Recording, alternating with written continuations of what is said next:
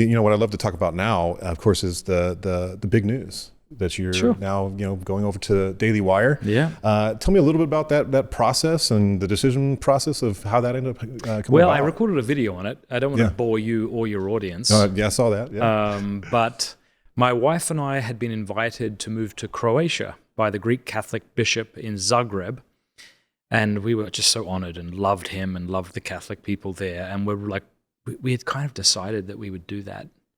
I would teach there for a little school he was starting. And I was just getting pretty tired of running my own business, I would say. So I ended up interviewing Michael Knowles at Daily Wire and was asked to meet with Caleb, who's the founder, right, the CEO of Daily Wire. And just such a good man, normal. When you meet somebody like, oh, I like you. Wow, this is cool. I get you, So I had met with him a few times before.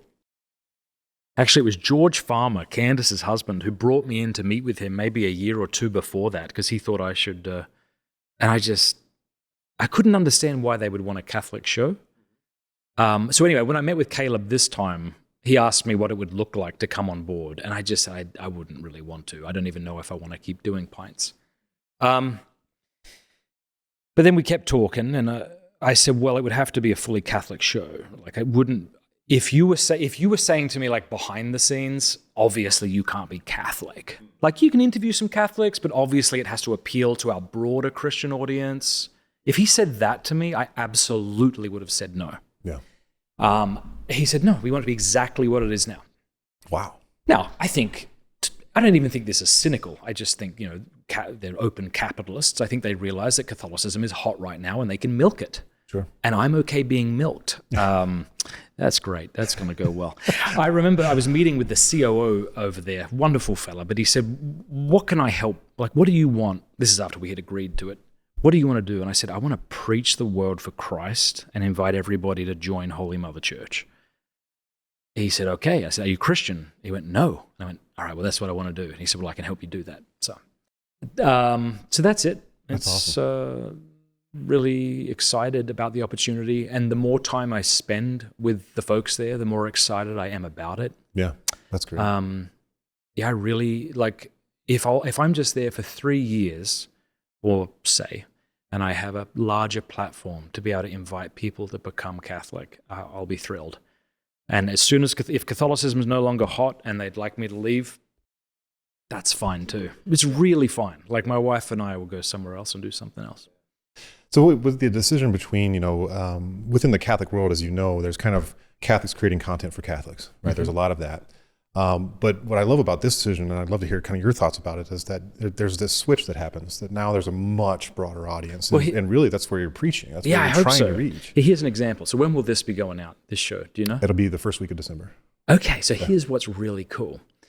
And I know there's a lot of people who are really frustrated with this decision that I made. And I can understand if people were to say, I hate that you're joining a big corporation. I really doubt you're going to maintain your voice. I doubt that Pints with Aquinas is going to be the same podcast. I'm really nervous.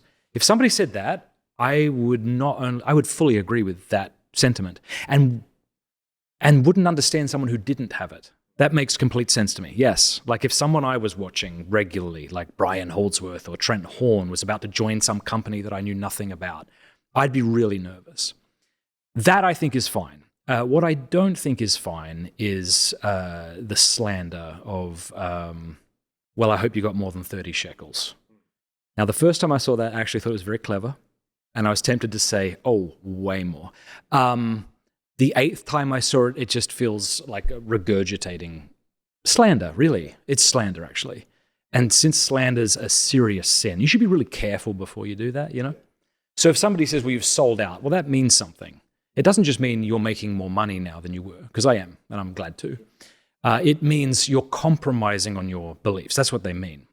And I'm not, but even if I were, you're actually not in a place to know that. So to accuse me of that is rash judgment at best, you see?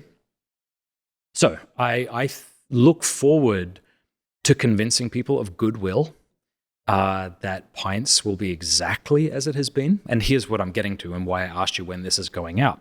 the very first episode we're doing is going to be a big interview with Dr. Scott Hahn. We've got this beautiful set that we've created. It's going to be all about Christmas, all about Catholicism, and it's going to be Daily Wire's only giant Christmas episode. Wow. I don't know why that doesn't excite you. That's awesome. I mean, obviously it's because the Jews are just trying to warm you up so that they can somehow subvert you. I'm joking. But this is the kind of stuff you hear online. And you're like, okay, well, there's no way to argue against this. This is silly. But one thing I would say to people of goodwill is, okay, suppose I haven't sold out, and suppose I can reach more people now than I've ever reached before, and that the show will remain as it's always remained. And of course, people might like the show, they might not like the show. If they didn't like it then, they won't like it now. But if they did then, well, what if I could reach more people and it wouldn't change in the way you're telling me it's going to change? Like, I'll get political or be controlled by the Jews or something like that. Like, is that exciting? And I think some people would say no. Like some people would rather me sound like Nick Fuentes on day one and just hammer Ben Shapiro constantly and convert nobody than do what I've always done and by God's grace and this elevated platform convert 1 million souls. They would probably rather. Now, I think that might be the loud minority. I think most people are people of goodwill. They aren't people who spend 24 hours a day online, and they would say, no, of course. Like, if this is going to be as it's always been, we're thrilled for you. Yeah. So I've got a lot of that as well. And that's awesome. So. But the way I see it too, I mean, if the more we can get the gospel to more people, it's worth the sacrifices. I mean, that's just the reality of it. It's worth sacrifices. So. It's not worth some compromises. Right. So yeah. So long as I don't choose to do that. Yeah. And that was part of the negotiation process. Like, I kept coming back to them even after the third meeting. I remember saying, okay, I don't understand. Like, why do you want a Catholic podcast? Why not just find some young guy, like, who's hungry? I'm not hungry, I'm old, I'm tired. Find some young fella, build his platform, have him interview whoever you want to interview. So it took a while for them to convince me that they really want to do this. And so I'm really jazzed, like genuinely excited. A lot of prayer went into this, a lot of talking with my spiritual father and praying with my wife and consulting really trusted advisors. So we'll see what happens.